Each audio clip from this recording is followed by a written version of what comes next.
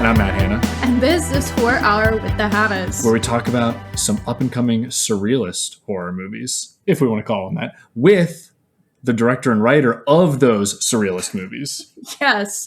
So today we are being joined by Jethro Waters, the writer and director of Gunfighter Paradise. Hi. Hello. Thank you so much for having me on. We are super excited to get to chat with you. So as we're getting started, can you tell us a little bit more about the film in your own words? Sure. So Gunfighter Paradise is I'm just going to say what other people have described it as. It's a very dark Southern comedy satire that somewhere along the lines turns into a mystery and a horror film. So apparently, according to critics, that's the film. But it's really just kind of a satire and dark comedy about religion, specifically conservative Christian religion in America. Yeah, and I'll say for all the audience out there, Hannah and I were lucky enough to get a pre-screening of this. And I will say we both liked it a lot. I was very impressed, and I enjoyed this one. Yes. So I had heard in another interview that you did that you actually got to work with some of your friends, that the cast and crew were primarily your friends who were not necessarily all a part of the industry. What was that experience like for you? It was fantastic. So everyone in the film are non-professional actors, first time in a feature film. A lot of them first time in front of a camera, with the one exception being Jessica Hecht. Everybody knows Jessica from Breaking Bad and Friends and Broadway. She's just an extraordinary talent who's a good pal. But it's kind of the dream, everyone, you hear this cliche all the time. Everyone's always like, oh, you have a camera in your pocket and just go out and get your friends together and make a movie, and we all hear that over and over and over again. But I have to say that cliche just is true with this film. I rounded up on my friends. A lot of them are musicians, so they're not really afraid of a camera. I wrote the script with them in mind, knowing what they would be able, the kind of person that they are, and kind of writing around their language. And there's really only two people in the film who are kind of actually acting. Everyone else is just kind of being a version of themselves, which was a lot of fun. It gave us a really interesting foundation to just let people kind of be themselves. And, I wasn't married to the script and that you have to say this. If it didn't work, I just told, my good friends, all right, how would you say that? And then they we changed the script on the fly so that it sounded natural and felt natural. And it was a blast. It's everything you dream of doing when you just round your friends up together and go make a feature film. Yeah, I love that. That sounds like it would be so much fun. And I like that you made it a collaborative process where you were taking their opinions into account. I feel like that's so important to get that variety of opinions and whatnot. You said there were two people in the film, for the most part, that weren't playing themselves, that were acting. Who are those two people? So the two people are one of the Confederate reenactors, Rob Hinkle, and he is the sweetest. I mean, we've been friends since middle school, and he is just the sweetest guy of all time, but he's playing like a total jackass in the movie, who's like only doing Confederate reenacting because of his ancestors were on the Confederate side, so he plays this real jerk in the movie, and he just knocked it out of the park. Like we were all just like, oh my God, Rob, you should go be an actor. And then my friend Chris Bauer, who is the main antagonist, the neighbor in the film, who's like 6'8", voice like a mountain. He's just a Renaissance man. He's a filmmaker. He has a distillery in Asheville, North Carolina. He does everything. And he's just a really, really good buddy. And I knew if I gave him the right script that he could be the evilest dude around. And so he showed up. He's 6'8". And he shows up with a voice like a mountain, and you're like, oh my God, look at this dude. And then he's the biggest teddy bear of all time, just the nicest, most amazing. And we've collaborated a lot. We've been around the world making films together, a lot of different stuff. But I just knew with his kind of just the way he is, and he's got a very deep Southern accent, which I love. My wife loves as well. She's from Ethiopia, so anytime she hears a Southern accent, she's like, wow, that's so cool. But I gave Chris his lines, and he just said, I got it, don't worry. And I knew he would, because how good of a filmmaker he is. But he showed up on the day of filming, and he said, by the way, I read the Old Testament for 3 weeks prepping for this role. Oh my gosh. And I was like, what? I was like, well, let's go. That's fantastic. And I had to cut so much of his performance out of the film tragically because it was just so good and so long. So he said everything that's in the script, but also he just went bonkers and I just let him go. It's just like, do it. He ended up drooling at one point and he's like spitballing about tabernacles and about, golden chariots and about the afterlife and, like in all these violent things and quoting all this scripture. And that was the biggest crew that we ever had was that one night because it was the finale of the film. And we had like 8 people for a crew, but everybody was mortified to watch him go on like a 15-minute rant in that character. And nobody could believe it. We were all just absolutely astounded. So those are the 2 people who were actually acting in the film.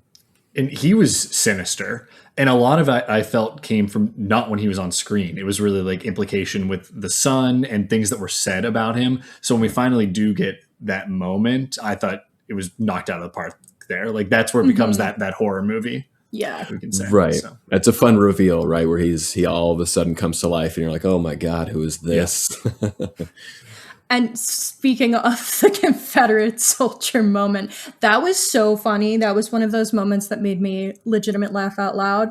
We actually have a friend who does a lot of reenactments. So when I saw them show up and doing that, I was cracking up, especially that one of them has costumes for both sides and one only plays one side. That was we also funny. played D&D. So when he said, my D&D buddies got me into this, we were like, laughing. Oh, that's us. I love that because I'm a big fan of D&D, big fan of anything Wizards of the Coast. I've read all that stuff my whole life. R.A. Salvatore is like up there with all of my favorite really heady literature and philosophers. But yeah, those Confederate reenactors were really fun. Those were really fun characters to write and really fun to get my best friends who just happened to have gigantic beards at the time. And I was like, well, this just works out perfectly, And very much so. Yeah. So go ahead. So sorry. Oh no, I was going to get to the next question. So go ahead. No, it's just funny because I went to a Civil War reenactment in a very judgmental mindset. And I was, doing my homework and I interviewed a bunch of people and I went through both camps and I was so surprised because I love going and watching LARP battles and, cosplay and Comic-Cons. I'm all about that. And I went to this reenactment thinking, oh my God, what is this? And, come to find out I was totally wrong. Not all, most of the people at those reenactments were so cool and they do wear both uniforms and they've been a community for 30, 40 years, some of them, and they show up and they're in each other's camps and they're talking and they will fill in wherever they're needed in each outfit. And I walked away from that experience totally enlightened, like, oh man, I've been judging this completely wrong from the outside. So it was a cool experience. That's great. So moving on to another question, you were best known for the documentary F11 and Be There from my background research. And I was curious, what motivated you to move from the documentary work to making a narrative feature? So I started out, my kind of career got going because I made a completely bullshit trailer for a narrative feature that didn't exist. And I was making music videos at the time in Asheville. And so I started out, making very weirdo short narratives and surrealist stuff. And then luckily, a lot of my friends in Asheville were musicians and some of them were very well known. And so I started making music videos. And that's really where my career got going, was making music videos. And so I made this nonsensical trailer for a movie that didn't exist. I was just like, I'm just going to make this over the weekend. And did. And then a couple producers that, live in Asheville and other places caught wind of it and called me up and said, hey, we have to make some movies. You're making this crazy movie. And I was like, yeah, I am. And I just absolute nonsense. And so that's where it all started. And then that same year that I did a lot of music videos, it was 2016. I made, 11 music videos, and 4 of them were for Angel Olsen, who's a good friend. And that same year, a good buddy of mine introduced me to Burke Uzzle, the subject of that documentary. And so it was just happenstance. I'd never really intended to go make a full feature-length documentary about an artist. And I just, was very lucky in the right place at the right time and met Burke. And then him and I spent a year together making that documentary. And that's where that came from. How did that experience, working on a documentary how did that influence your ultimate work as a writer and director of this film? It was really helpful because I mean I'd made short docs and I'd worked for a publisher doing all kinds of multimedia and animations and documentaries about any kind of any academic subject at the university level, but doing a feature kind of solo where you're running around with sound equipment in a backpack and a camera chasing a renowned artist like Burke, who's been renowned since the 1960s, was very intimidating. And so I really had to step my game up. And it was also just a great learning experience in that, you have to do everything. And if I wanted that film to succeed, I knew I had to do a lot of every part of the filmmaking process. And it's so hard with documentary because you just don't know what's coming. But it informed everything that I do now, because you just have to get your hands in absolutely everything. And it was it was so much more difficult than making this narrative film, and you'll hear every cinematographer, every director, everyone talks about how difficult documentary is compared to narrative. And they're right. It's not like this was an easy job, this narrative, but it was a lot easier than making that documentary for sure. Is that something you would want to return to in the future and do another documentary? Yeah, I have one going into post-production this summer. It's about the drummer Bernard Purdie, who created the Purdie Shuffle. He was Aretha Franklin's band leader for about 30 years. He's played everybody from Steely Dan to you name it, James Brown. He's the most recorded drummer in history on albums, and still going strong at 86. So my producing partner is Nile Rodgers and Chic's drummer, Ralph Roll. And so we are almost finished with that documentary, and it will hopefully be going out to festivals in the fall. Awesome. Exciting. Yeah, it's fun. It's a lot of fun. So everyone go make sure to check that out. Yeah. So you brought up the music videos, and I actually had a question about it. So I'll be quick, but how do you think that the music videos have influenced your directorial style in your now narrative feature? Yeah, everything. Music is everything. And, for me, everything. While I was editing things before, I was really trying to make full films, just editing everything. And so I think learning how to edit and learning rhythm in an edit and working with music is really important. If you can go to set as a filmmaker thinking about the edit and thinking about the rhythm of the film, whether it's a documentary or obviously a music video or a narrative film, if you can be thinking about it in rhythmic terms with beats and specific reasons to use, just like you do in a song, where the verse is there for a reason, the chorus, pre-chorus, bridge, all those things, it's exact same with films, and so making all those music videos was really instructive to help me figure out rhythms and how to work with rhythm and work with music in the narrative space. Cool. I like that answer a lot. The idea of that, like in music, everything's there for a reason. Everything should have a purpose. And in a film, it's the same thing. Like everything that you put in there needs to have a purpose, whether it's building on something else or it's conveying some kind of information to the audience. And like, I'm going to be using that in the future because I like that idea of how music in movies should feel the same. So go for it. Use it. It's so true. It's, as we all know, a song has a pre-chorus to give you a certain emotion before they hit you with a chorus, right? Mm-hmm. And so it's the exact same thing in a film. Like you're using, even if there's no music there, but you're using the rhythm of the story to evoke a certain emotion before you bring the next piece. And so I think of everything in musical terms, absolutely everything, especially when it comes to filmmaking. I like that a lot. So yeah. So obviously the film is very focused on the South. And I know you grew up in the South between Texas and North Carolina. How did that impact the story that you wanted to tell?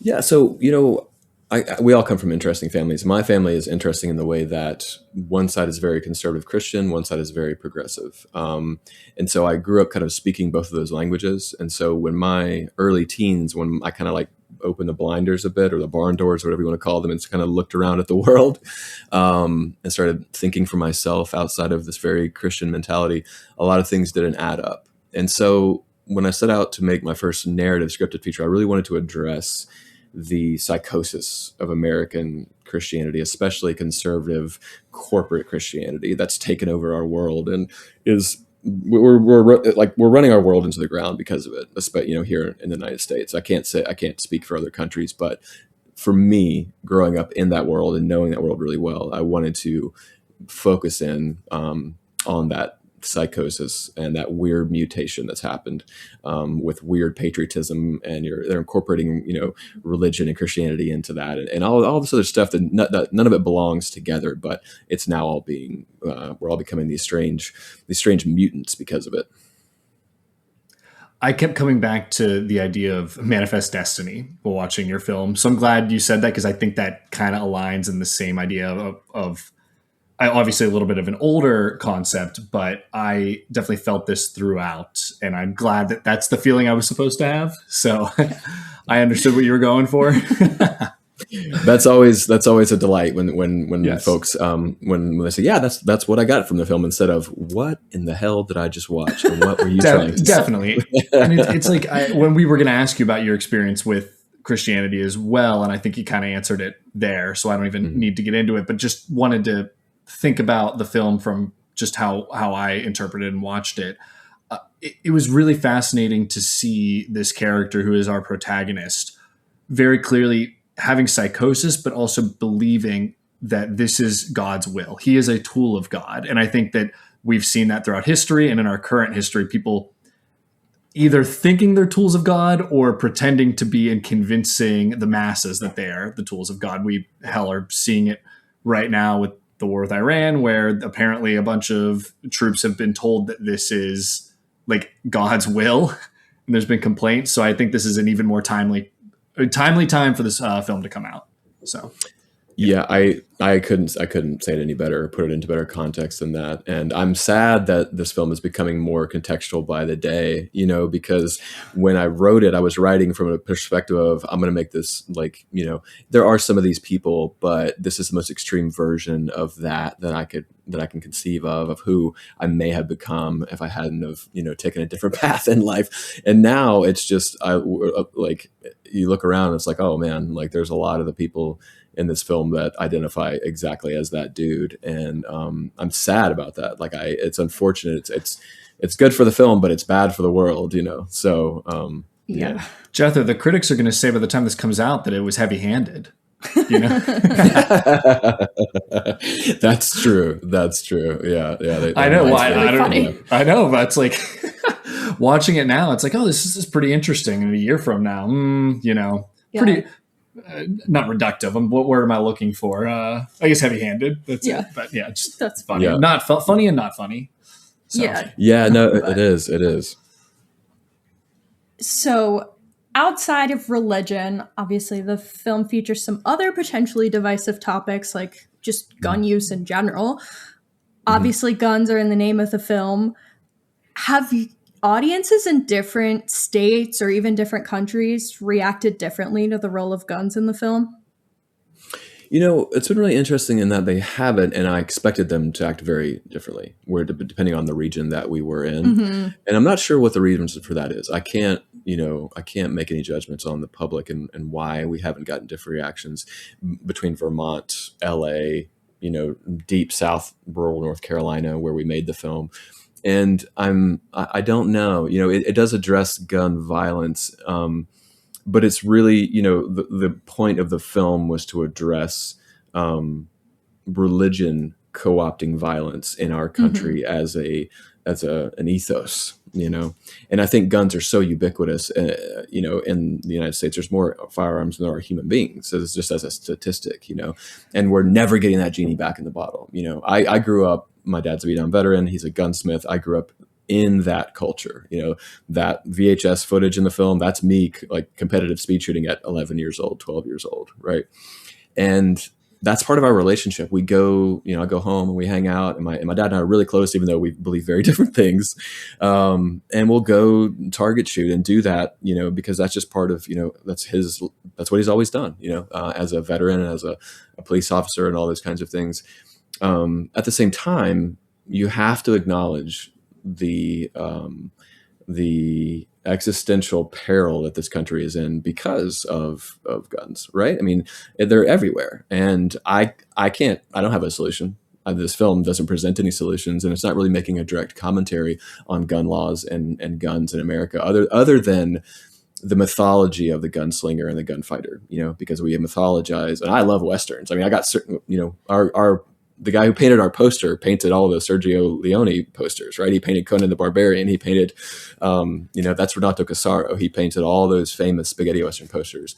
So I love that stuff, but I think we have to acknowledge the mythology of the idea of the good gunfighter who won the West, right? Yeah, there were good people. There's good people now that own guns, like my family. My father's extremely strict about guns, but we annihilated the Native Americans to create this country, and it was all due to having superior firepower. And so that's kind of a tangent and a rant on my part, but that's about the best I can do. Well, let me ask: has your dad seen the film? Oh yeah.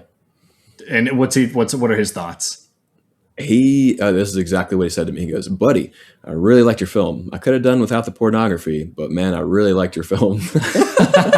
That's such a dad I was going to answer. say that's a great so dad funny. answer. Yeah, it was. I laughed so hard, and I understand. There's for anyone listening, there's no pornography in the film. There is some nudity, very briefly, and as there should be in films. That's just part of cinema, But he made me laugh with that one, and my mom's seen it as well, and that's actually my mom's foot, in the film with the severed toe. That's a real story. That's a true autobiographical story. Yeah, that's her foot. And she just laughed. I said, "Mom, I'm going to film your foot. I'm going to tell that story." This was forever ago when I was gathering that footage. And she just laughed and she's like, "You're nuts." And I was like, "Yeah, what are you going to do?" For the people listening who haven't seen the film yet, can you tell that story briefly? Sure. So my mom not only does she have web toes, we were moving this giant probably 350-pound wood stove across the living room floor in Austin, Texas, before we moved to North Carolina. My mom was in flip-flops. Her and my dad were scooting it with 2x4s, and it came off the 2x4 and sliced off the ring toe on her left foot. And so it was like this ultimate, absolute brutal moment in my childhood history of my mom's toe lying on the floor, and my mom screaming and my dad carrying her outside. And it was complete mayhem. But I've always thought that was absolutely horrifying and terrible, and also absolutely hilarious and should be told in some form or another. So I just had to throw it in the film. I think it works. Yeah, it does. I enjoyed it. Excellent. All right. So this is a weird movie, and I like it for being weird. I'm just going to say it. It's a weird movie. That's a good thing. And I will say we are huge David Lynch fans. Anyone that has listened knows that. And we have seen reviews kind of describing this film as Southern David Lynch.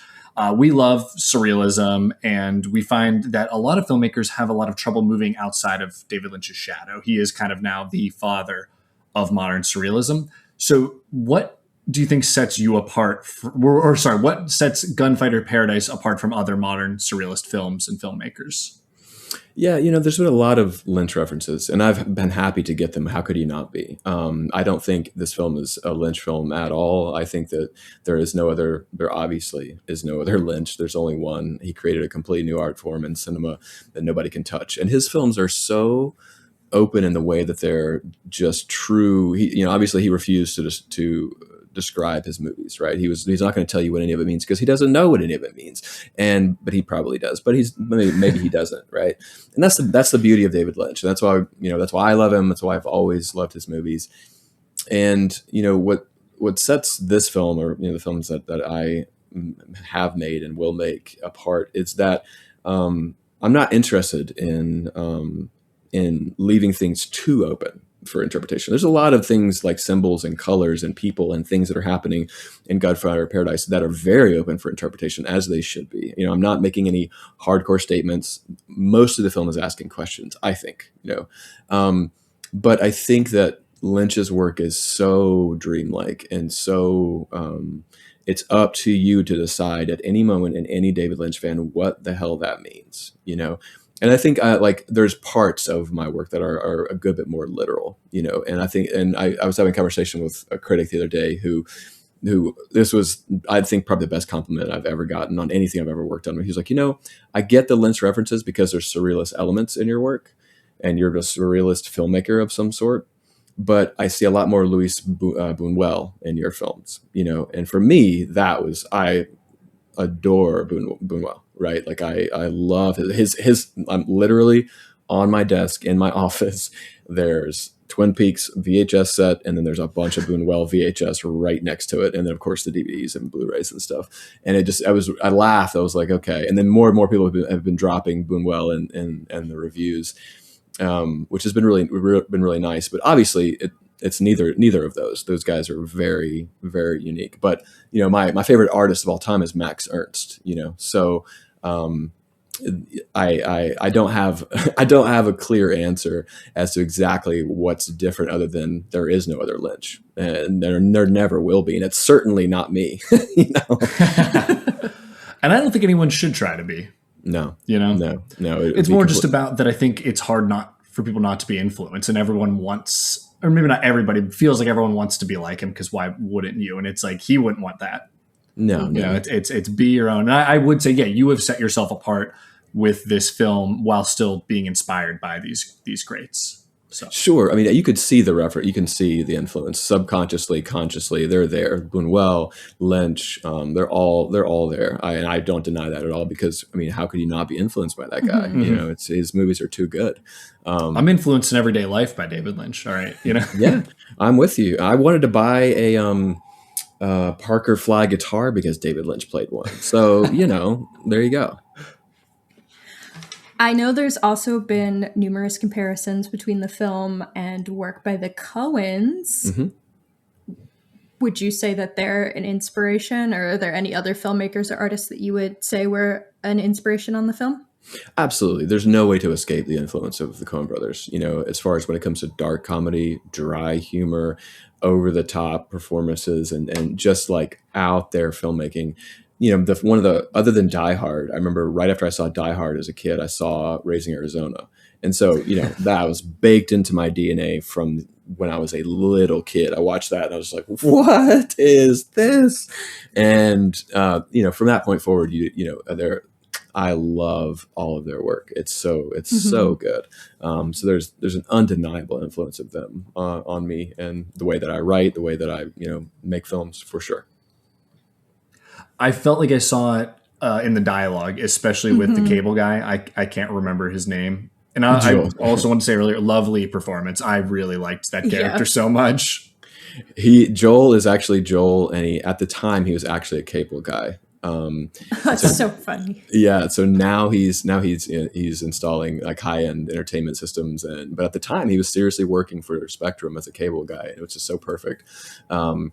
But yeah, he's one of my oldest friends, and when we go, he's since we were like 13 or something, and Joel is one of the sweetest people around, and he's really endearing in general, just in general life. So he didn't have to try too hard. I just gave him lines and said, just be yourself, man, and he just went with it. It was very effortlessly funny. Like he seemed very sweet, and I liked seeing this character. Like, I'm gonna help this guy out that needs help. Well, maybe not exactly helping him, other than just being a friend to him. Yeah. But I loved the dialogue between those two. Mm-hmm. So kudos. Yeah. Thank you. Since you brought him up, is that really him singing? That's absolutely him singing live. None of that is ADR. None of that is from the studio. Him and Margarita Crank, who plays Rhoda, that's them singing. I did 2 takes of that so I could get 2 different camera angles, and I cut those 2 takes together, but it only took 2 takes of them singing in harmony in the hallway, and Joel is actually singing a cappella, and like, it's mind-blowing. Like, that's actually that's fantastic. It really is mind-blowing. They're so good. The fact that that's only 2 takes too is he's incredible. Got a great voice. Yeah, he's got a nice deep voice. Yeah. He does. He's everything. We were riding around, at 13, 14. Well, maybe not riding around, but I remember we were hanging out, and he would be singing harmonies to Green Day, like way back in the day. And I was always like, "Damn, Joel can sing," And actually, what's funny is both Joel and Margarita grew up singing for their churches, so they're actually singing songs that they know really, really well that they would sing at church. So on our show, we have this bit where we do 15-second summaries for the films that we watch, kind of off the cuff. What would be your 15-second pitch for your film? All right, let me think for a second. Oof, take as much time as you need. That's a good one. 15-second pitch. All right.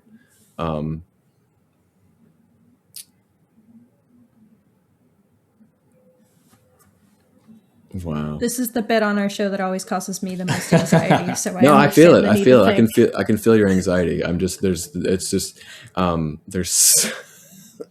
It's so funny to try to summarize this film. It's funny for me. I know it's funny for everybody else as well.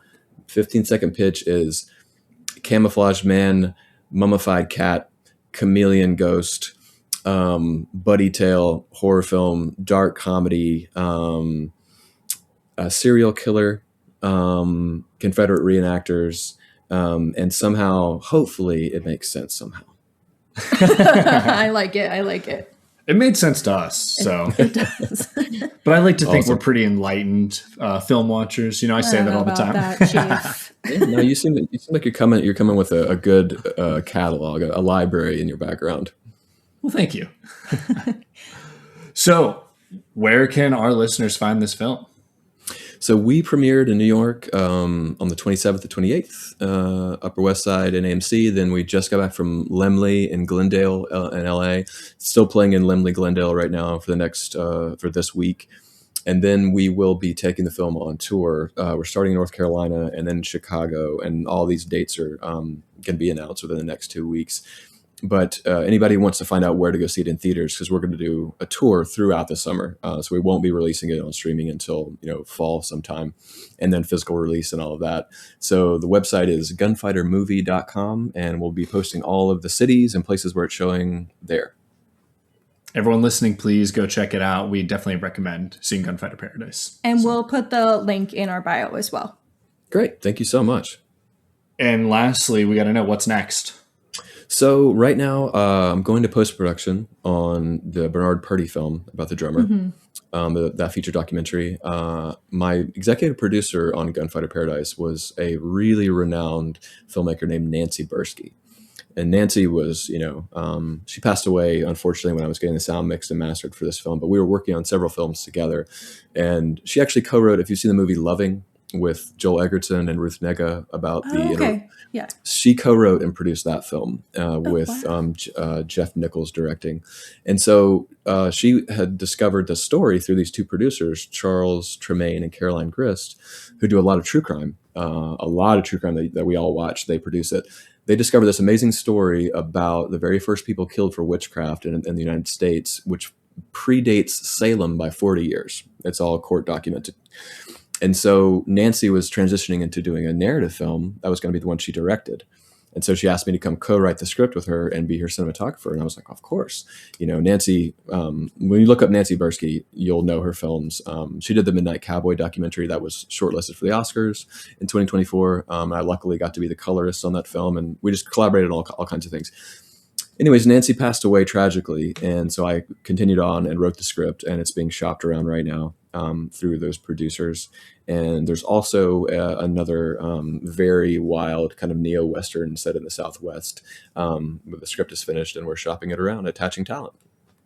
Awesome. That's so exciting. Both those sound right up my alley. Yeah. So. Awesome. So when those are coming, we'll have you back on to do another interview for that, right? I'll be here. Absolutely. All right. Perfect. Okay. Well, anything else you want to plug, shout out? No, it's been a pleasure. Thank you for having me on. All right. Thank you so much for joining us. We had a great time. Absolutely. Hannah, anything else we need to do? No, I don't We're good. think so. All right. Well, I've been Matt Hannah. I'm Hannah. This is Horror with the Hannahs. Stay tuned and stay scared. Thank you for listening to Horror Hour with the Hannahs. Make sure to listen to future episodes on Spotify, Apple Podcasts, Amazon Music, or wherever else you can find podcasts. You can also find us on YouTube, where we post episodes and shorts. You can follow us at Horror Hour with the Hannahs on TikTok and Instagram, as well as at Horror Hour on Blue Sky for more content. If you like the podcast, please follow and leave a review on your favorite podcasting app. Happy hauntings!